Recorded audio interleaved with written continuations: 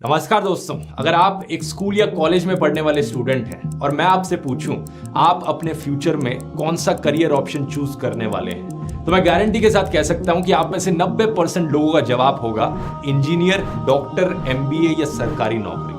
इन्हीं 4 ऑप्शंस में आप में से 90% लोगों की करियर चॉइसेस छुपी है। दूसरा ये भी मैं गारंटी के साथ कह सकता हूं कि आप में से कोई भी palaeontologist, bee keeper, tea taster, meteorologist, art therapist, audio engineer, ethical hacker, ornithologist नहीं बनना चाहता। 3 इडियट्स देश की ऑल टाइम ब्लॉकबस्टर फिल्मों में से है। लोगों को बहुत पसंद आई ये फिल्म। बार बार इस फिल्म में मैसेज दिया जाता है कि अपने पैशन के पीछे भागो। किसी महापुरुष ने कहा है कि कामयाब होने के लिए नहीं, काबिल होने के लिए पढ़ो। सक्सेस के पीछे मत भागो, एक्सेलेंस का पीछा करो। सक्सेस झक मार के तुम्हारे पीछे आएगी।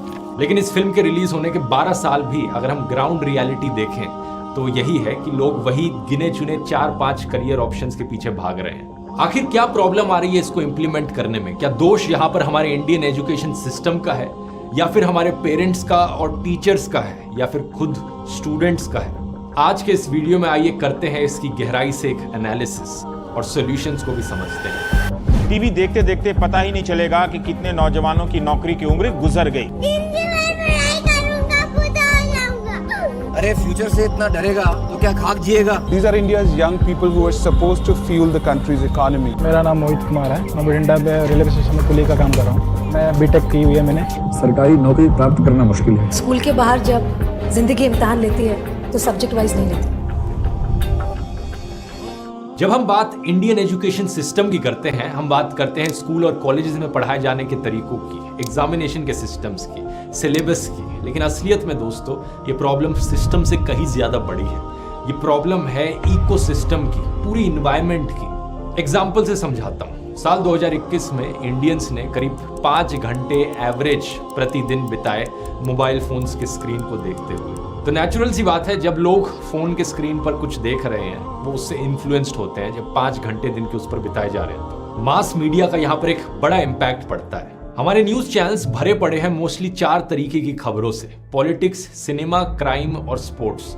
इन्हीं 4 टाइप की खबरें मोस्टली जनता को दिखाई जाती हैं। पिछले 2 सालों में बहुत से इंडियंस बड़े ही प्रेस्टिजियस प्राइजेस जीत कर आए देश के लिए। शौनक सेन की डॉक्यूमेंट्री को बेस्ट डॉक्यूमेंट्री का अवार्ड मिला कैन फिल्म फेस्टिवल में इस साल। ये एक हिस्टोरिक मोमेंट था इंडिया के लिए। लेकिन हमारे मीडिया में इस खबर को चलाने की जगह किस चीज पर खबर चलाएगी कि ऐश्वर्या राय और दीपिका पादुकोण जब कैन के रेड कारपेट पर चलने लग रही थी तो उन्होंने कैसे कपड़े पहने थे। इसी साल गीतांजलि श्री को द प्रेस्टिजियस बुकर्स प्राइज मिला उनकी नॉवल रेत समाधि के लिए, जिसे इंग्लिश में ट्रांसलेट किया गया था डेजी रॉकवेल के द्वारा। बुकर्स प्राइज के पोडियम पे पहुंचने वाली ये पहली इंडियन लैंग्वेज की कोई नॉवल थी। लेकिन क्या आपने इस खबर के बारे में सुना? इसके अलावा इंडियन मैथमेटिशियन नीना गुप्ता 4थी इंडियन बनी रामानुजन प्राइज जीतने वाली पिछले साल। लेकिन क्या आपने कोई इंटरव्यूज देखे उनके किसी टीवी पर? साल 2018 में दानिश सिद्दीकी और अदनान अब्दीदी एक्चुअली में पहले इंडियंस बने पुलिट्जर प्राइज जीतने वाले फोटोग्राफी के लिए। उसके बाद 2020 और 2022 में भी इंडियंस ने इन प्राइज को जीता। लेकिन क्या उनमें से किसी का भी इंटरव्यू आपने किसी चैनल पर देखा? अब ऑफ कोर्स इन चीजों को अगर न्यूज़पेपर के फ्रंट पेज पर हाईलाइट किया जाता, इन विनर्स को टीवी पर इंटरव्यू किया जाता, न्यूज चैनल्स में इनकी बात करी जाती, तो ऑफ कोर्स और लोग इंस्पायर्ड होते, यंग लोग पैशनेट फील करते film making, photo journalism, literature और मैथमेटिक्स को एज करियर ऑप्शंस चुनने में। लेकिन नहीं, न्यूज चैनल्स पर क्या हेडलाइन चलती है? ये वीडियो हो रहा जमकर वायरल। क्या आपने कभी किसी कौवे को रैंप वॉक करते देखा है? नहीं देखा है तो इस वीडियो पर नजरें गड़ा लीजिए।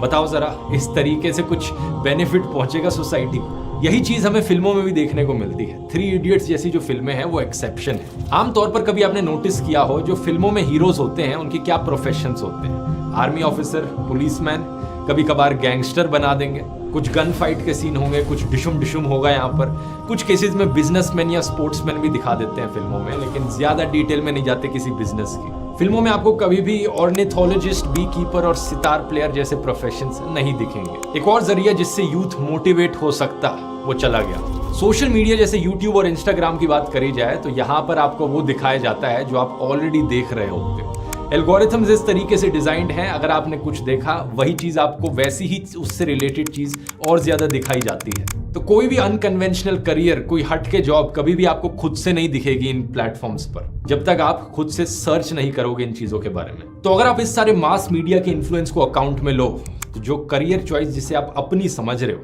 शायद वो आपकी करियर चॉइस नहीं है, बल्कि मास मीडिया की कंडीशनिंग है जो आप पर इम्पोज करी गई है, और आपका लैक ऑफ एक्सपोजर है, आपको बेसिकली पता ही ना होना कि और क्या ऑप्शंस अवेलेबल हैं। अब दूसरा फैक्टर यहां पर आता है पेरेंट्स का। अक्सर कई पेरेंट्स इस प्रॉब्लम को बद से बदतर बना देते हैं।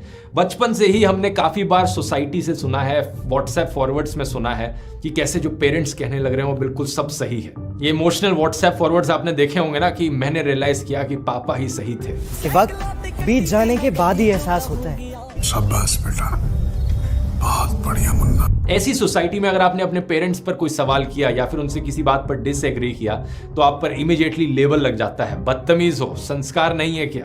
लेकिन जरा खुद ही सोचकर देखो, अगर हर बच्चे के पेरेंट्स यहाँ पर समझदार और बुद्धिमान होते तो पूरी दुनिया समझदार और बुद्धिमान लोगों से भरी होती। तो ऐसा तो नहीं हो सकता कि हर बच्चे के, हर स्टूडेंट के पेरेंट्स यहाँ पर समझदार और बुद्धिमान है। इसी रीजन से कई पेरेंट्स अपने आप को अथॉरिटी फिगर समझते हैं कि भाई जो मैं कह रहा हूँ उसे सुनना पड़ेगा, वही सच है। ये पेरेंट्स अक्सर अपने बच्चों को पनिश करते हैं, उन्हें मारते पीटते हैं। छोटी मोटी चीजों को लेकर अगर बच्चे ने डिसओबे कर दिया तो उन्हें पनिश किया जाता है। ऐसे पेरेंट्स अक्सर मानते हैं कि स्ट्रिक्ट पेरेंटिंग होना बहुत जरूरी है, तभी बच्चे अच्छे बड़े होंगे, डिसिप्लिन्ड होंगे, वेल मैनेड होंगे, रिस्पॉन्सिबल और कॉन्फिडेंट एडल्ट्स बनेंगे। लेकिन एक्चुअली में ये चीज सच नहीं है। कई रिसर्च पेपर्स ने साबित किया है कि अथॉरिटेटिव पेरेंटिंग एक्चुअली में बच्चे के कॉन्फिडेंस और सेल्फ एस्टीम को कम कर देती है और उनकी डिसीजन मेकिंग एबिलिटी पर इससे एक बुरा असर पड़ता है। ये मेरा पर्सनल ओपिनियन नहीं है, बल्कि दुनिया भर की रिसर्च ने प्रूव किया है। तो ऐसे पेरेंट्स जब कहते हैं भाई हम तो अपने बच्चे को इंजीनियर ही बनाएंगे, हमने तो अपने बेटे से कह दिया है जितना टाइम लगे यूपीएससी निकालना है, हमने तो अपनी बेटी के लिए डॉक्टर ही सोच रखा है, ऐसी बातों को सुनकर एक ऑलरेडी अंडर कॉन्फिडेंट बच्चा जिसका सेल्फ एस्टीम ऑलरेडी गिरा हुआ है वो कभी सवाल ही नहीं कर पाता। इसी रीजन से एक अनकन्वेंशनल करियर चुनना एक ऑप्शन ही नहीं होता, क्योंकि पेरेंट्स अनकन्वेंशनल करियर नहीं चाहते। इन पेरेंट्स के दिमाग में यही चलता है कि भाई हमारे जमाने में ऐसा होता था, वैसा होता था, तो हमें पता है कि सही करियर ऑप्शन क्या है, स्टेबल करियर चॉइस क्या है। ये भूल जाते हैं अपने आप को समय के साथ अपडेटेड रखना। और इसका नतीजा ये होता है कि इंडियन इकोनॉमी के लिबरलाइजेशन होने के 30 साल बाद भी आज के दिन सरकारी नौकरी टॉप डिमांड पर है। पिछले 8 सालों में करीब 22 करोड़ एप्लीकेशंस करी गई सरकारी नौकरियों के लिए हमारे देश में, लेकिन सिर्फ 7,22,000 सरकारी नौकरियां एक्चुअली में अवेलेबल थी। ये जो रेशियो है यहाँ पर, ये 1 in 300 है, यानी 300 लोग अप्लाई करने लग रहे हैं तो सिर्फ एक को नौकरी मिल पाएगी यहाँ पर। और यहाँ पर मैं सिर्फ सेंट्रल गवर्नमेंट जॉब्स की बात करने लग रहा हूँ, ये 22 करोड़ वाला फिगर जो है। यहाँ पर आप एक ऐसी रेस दौड़ने लग रहे हो जहाँ पर स्टार्टिंग लाइन पर 300 लोग खड़े हैं। इमेजिन करके देखो, 300 लोग दौड़ेंगे लेकिन सिर्फ फर्स्ट आने वाले को नौकरी मिलेगी, बाकी सेकंड जो आया, थर्ड जो आया, सब भूल जाओ, सबके सब रेस हार गए। बताओ ऐसी रेस क्यों दौड़ना चाहते हो? मैं तो जानता हूं कि अगर मैं ऐसी रेस में दौड़ा होता मैं फर्स्ट नहीं आ सकता था, मुझे नौकरी नहीं मिलती। इसलिए मैंने डिसाइड किया कि मैं एक ऐसी रेस दौड़ूंगा जहां पर सिर्फ 3-4 बंदे खड़े हैं स्टार्टिंग लाइन पर। मैं बात कर रहा हूं जब मैंने YouTube को एज अ करियर ऑप्शन चुना तब बहुत कम लोग इसे as a career option seek out कर रहे थे और मैंने इस पर सीरियसली काम किया क्योंकि कम कंपटीशन था। अनकन्वेंशनल करियर्स का यही फायदा होता है कि कंपटीशन कम होता है। वो अलग बात है कि आज के दिन YouTube पर भी कंपटीशन बहुत बढ़ चुका है, लेकिन और बहुत से ऐसे करियर ऑप्शंस हैं जहां पर ना के बराबर कंपटीशन है। ऐसी रेस दौड़ोगे जहां पर आप इकलौते आदमी हो दौड़ने वाले तो पक्का फर्स्ट आओगे। बताओ किसे नहीं मजा आएगा ऐसी रेस दौड़ने में। जब मैंने YouTube पर इस तरीके की वीडियोस बनाने शुरू किए उस वक्त कोई भी इस तरीके के वीडियोस नहीं बना रहा था पूरे देश में, तो मैं अपनी रेस को अकेला दौड़ रहा था। यहाँ पर गारंटीड था कि मैं रेस जीतूंगा। हाँ, वो अलग बात है, ये नहीं पता था कि फिनिश लाइन कहां पर है। अनसर्टिनिटी बहुत होती है कि ये स्टेबल करियर हो पाएगा या नहीं हो पाएगा, रिस्क होता है। लेकिन पर्सनली मुझसे पूछो तो मैं ये रिस्क प्रेफर करूंगा वो 1 in 300 वाले रिस्क के कंपैरिजन में। अब पेरेंट्स को कन्विंस करना ऑब्वियसली एक बड़ा चैलेंज रहता है। अगर आप अपने पापा को जाकर कहोगे कि पापा मुझे पेलियंटोलॉजिस्ट बनना है, दूसरी तरफ से जवाब आएगा ये क्या होता है। आप कहोगे मुझे स्टैंड अप कॉमेडियन बनना है, कहेंगे ये भी कोई काम हुआ। इन्वायरमेंटलिस्ट बनना है, इसमें क्या स्कोप है। ग्राफिक डिजाइनर बनना है, स्टेबिलिटी नहीं है इसमें। इंटीरियर डिजाइनर बनना है, पहले सही से नौकरी ढूंढ ले, फिर हॉबी की तरह इसे करते रहना। वेडिंग प्लानर बनना है, हम लोगों में बिजनेस नहीं चलता। यहाँ पर एक्चुअली में पेरेंट्स को सुधरने की जरूरत है। अगर पेरेंट्स के पास एक्सपोजर और नॉलेज नहीं है किसी करियर ऑप्शन के बारे में तो उन्हें अपनी नॉलेज बढ़ानी चाहिए, लेकिन वो उल्टा बच्चों को जवाब देते हैं कि तुम वो करोगे जो हम कहेंगे। ऐसे केस में आप जाकर अपने पेरेंट्स को वापस जवाब देकर कह सकते हो कि पापा नौकरी तो मुझे करनी है, तो काम मेरी पसंद का होना चाहिए, आप क्यों फैसला लेने लग रहे हो। सुनने में आर्ग्यूमेंट काफी लॉजिकल आर्ग्यूमेंट है, लेकिन ऐसे आर्ग्यूमेंट्स को हमारी सोसाइटी में बदतमीज माना जाता है। पप्पा जी बोल, पप्पा जी। जी पापा। आगे नहीं, पीछू जी लगा, पीछू। और एक बच्चा जो स्ट्रिक्ट पेरेंटिंग और अथॉरिटी फिगर्स के अंडर बड़ा हुआ है वो शायद से कभी करेज उठा ही ना पाए ये बोलने की, चाहे उसके दोस्त भी क्यों ना कहते हो do what you love, Steve jobs क्यों ना कहता हो वो करो जो तुम्हें पसंद है, 3 इडियट्स के कैरेक्टर्स क्यों ना कहते हो कि वो करो जो तुम्हें पसंद है, लेकिन दूसरी तरफ से जवाब आएगा अब नहीं मारेंगे। अब अगर कुछ लोगों ने करेज दिखा दी अपने पेरेंट्स से बात करने की, उन्हें कन्विंस करने की, तो दूसरी तरफ से पेरेंट्स की तरफ से जवाब आएगा तो करो अपनी मर्जी, हमें बाद में मत बोलना। ये चीज सुनकर एक बच्चे के मन में क्या आएगा? बहुत सारा डाउट और फियर। वो एक नया रास्ता चुन रहा है और पेरेंट्स ने उसे धकेल दिया है कि चलो तुम्हें जाना है तो जाओ, लेकिन हम पीछे हट रहे हैं यहाँ से। इनडिसाइसिवनेस बढ़ेगी यहाँ पर सोचने वाली बात है कि ऐसी सिचुएशंस में डर क्यों लगता है। कई कॉग्निटिव बायसेस है जो यहाँ पर काम कर रहे हैं। पहला है कॉन्फर्मिटी बायस। एक एवरेज इंसान का दिमाग हमेशा कॉन्फर्मिटी में रहना चाहता है बाकी लोग जो कर रहे हैं उसके साथ। इस चीज को बेसिकली पीयर प्रेशर कहा जाता है। इसके पीछे एक एवोल्यूशनरी रीजन है, लेकिन इसका नतीजा ये होता है कि बेसिकली हम वही करना चाहते हैं जो हमारे आसपास के लोग कह रहे हैं और खुद से करने लग रहे हैं। खुद ही सोचकर देखो, क्या आप इंडियन स्टैटिस्टिकल इंस्टीट्यूट, इंडिया के one of the top premier institutes में पढ़ना चाहेंगे?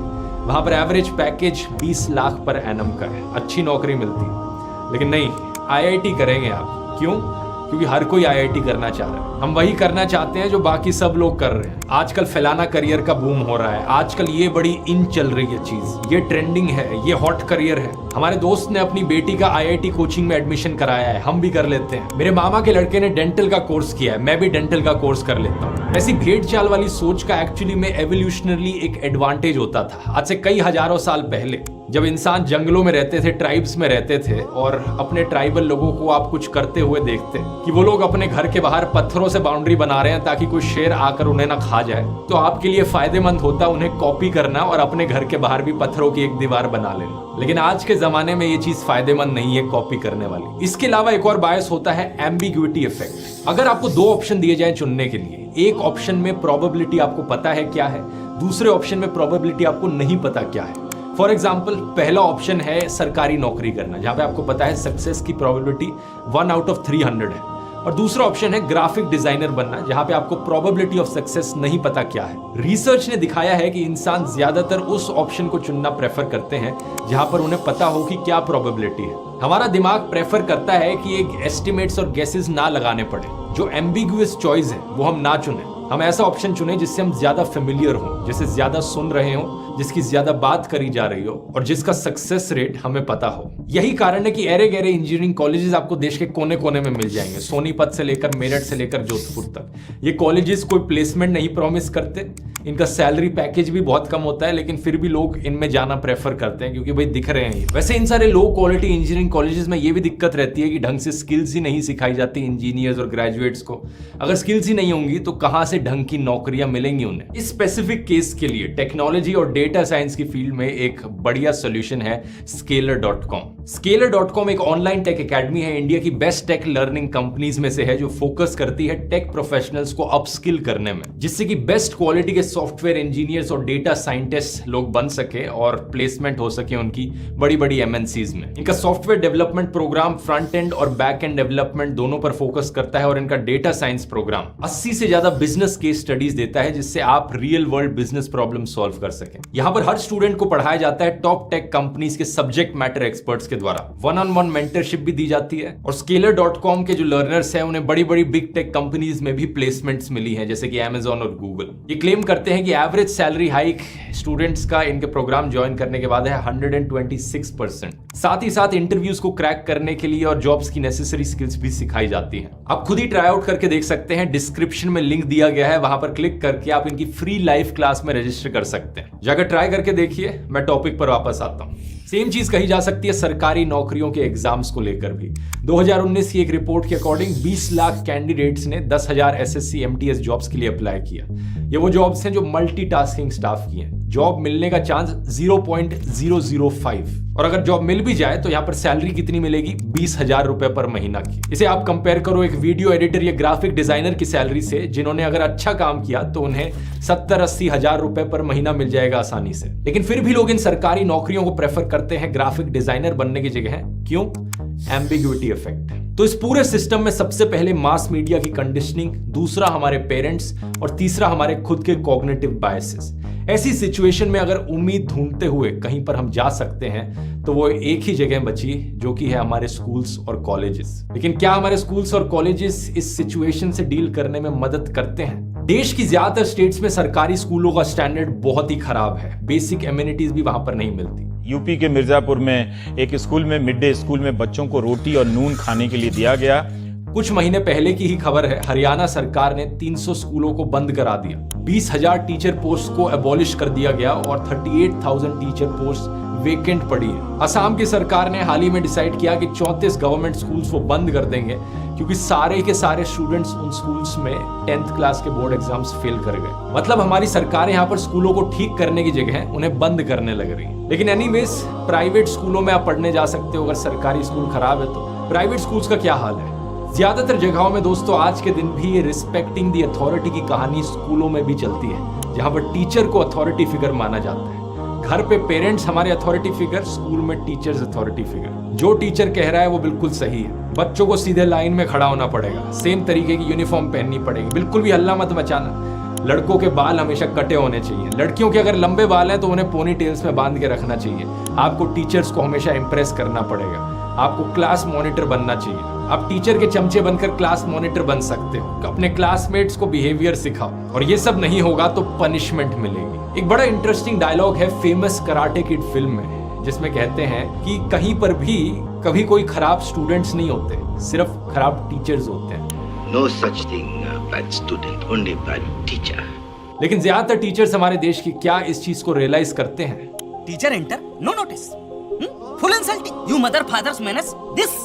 स्टूडेंट्स को पनिश किया जाता है होमवर्क ना करने के लिए, शोर मचाने के लिए, स्कूल में लेट आने के लिए, स्कूल बेल्ट ना पहनने के लिए। मुझे तो ये स्कूल से ही छुटकारा चाहिए 1 महीने, है ना? कई जगहों पर फिजिकल पनिशमेंट भी देखने को मिलती है। हालांकि हमारे देश में इलीगल है, लेकिन बहुत जगह पर अभी भी ये कंटिन्यू हो रही है। कई न्यूज रिपोर्ट्स और सर्वेज ने इस चीज को रिवील किया है। फिजिकली मारना नहीं तो टीचर्स अक्सर मेंटली ह्यूमिलिएट करते हैं स्टूडेंट्स को। पूरी क्लास के सामने खड़ा कर कर उनका मजाक उड़ाया जाता है। मैं स्कूल में से एक बार टोपी पहन के गया था। मेरे को टीचर ने इतना जलील किया, मेरी आत्मा को टोपी से नफरत हो गई। बहुत शैतान है, इसका दिमाग नहीं चलता, पता नहीं क्या करेगा ये बड़ा होकर। हम तो तंग आ चुके हैं। तो घर के अंदर स्ट्रिक्ट पेरेंटिंग से जो हमारा सेल्फ एस्टीम नीचे गिरता है, स्कूल के अंदर टीचर्स उसे और भी बचे कुचे सेल्फ एस्टीम को खत्म कर देते हैं। ऐसे इन्वायरमेंट में बड़ा हुआ एक स्टूडेंट हमेशा औरों की तरफ देखता है कमांड्स फॉलो करने के लिए। खुद से डिसीजंस नहीं ले सकता, खुद के डिसीजंस में हमेशा सेल्फ डाउट होता है। लेकिन एक दफा के लिए अगर हम मान ले यहाँ पर पेरेंट्स सपोर्टिव हैं, टीचर्स भी सपोर्टिव हैं, तो नेक्स्ट प्रॉब्लम आती है यहाँ पर स्कूल के करिकुलम की। स्कूल के करिकुलम में सबसे बड़ी प्रॉब्लम एक्चुअली में है कि अलग अलग करियर ऑप्शंस को ढंग से समझाया नहीं जाता, उनका एक्सपोजर नहीं दिया जाता। फॉर एग्जाम्पल, आपको कितनी स्कूल टेक्स्ट बुक्स या स्कूल असाइनमेंट्स में सुनने को मिला है journalism, video game designer, video game tester, actuary, anthropologist, logo designer, professional social worker या इवेंट मैनेजमेंट जैसे करियर्स के बारे में। एक जियोलॉजिस्ट जैसा करियर ही लेकर देख लीजिए। हमारे स्कूल में सब्जेक्ट पढ़ाया जाता है ज्योग्राफी का। ज्योग्राफी में चैप्टर्स होते हैं जहां पर हमें जियोलॉजी पढ़ाई जाती है कि धरती का कॉम्पोजिशन कैसा है, वोल्केनोज हैं, ये सारी चीजें पढ़ाई जाती हैं। लेकिन कभी भी आपके दिमाग में ख्याल आया कि मैं एक जियोलॉजिस्ट बन सकता हूं, या फिर पेलियंटोलॉजिस्ट बन सकता हूं, या आर्कियोलॉजिस्ट बन सकता हूं? मैथ्स की किताबों में हमें चैप्टर्स देखने को मिलते हैं data, graphs, histograms, pie chart, standard deviation, median जैसी चीजों के ऊपर। लेकिन कभी भी आपके दिमाग में आया कि मैं बड़ा होकर स्टैटिस्टिशियन बन सकता हूं? हमें स्कूल में एक सब्जेक्ट सिखाया जाता है बायोलॉजी, लेकिन कभी आपने सोचकर देखा कि मैं बड़ा होकर बोटैनिस्ट, हॉर्टिकल्चरलिस्ट, इन्वायरमेंटलिस्ट, जूलॉजिस्ट या एनाटॉमिस्ट बन सकता हूँ? शायद नहीं, क्योंकि टीचर्स जो सिखाते हैं उसे बाहर की दुनिया से रिलेट करना भूल जाते हैं। स्कूल की किताबों में एक्चुअली में करियर्स के साथ कनेक्शन बनाना कहीं ना कहीं मिसिंग है। शायद से स्कूल्स क्रिएटिविटी इंस्पायर नहीं करते। एक फेमस डायलॉग याद आता है अ ब्यूटीफुल माइंड फिल्म का। Classes will dull your mind, destroy the potential for authentic creativity.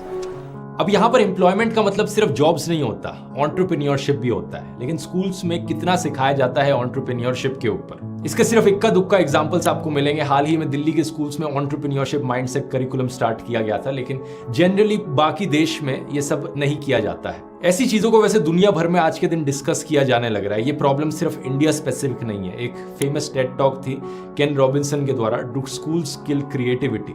Now, I don't mean to say that being wrong is the same thing as being creative.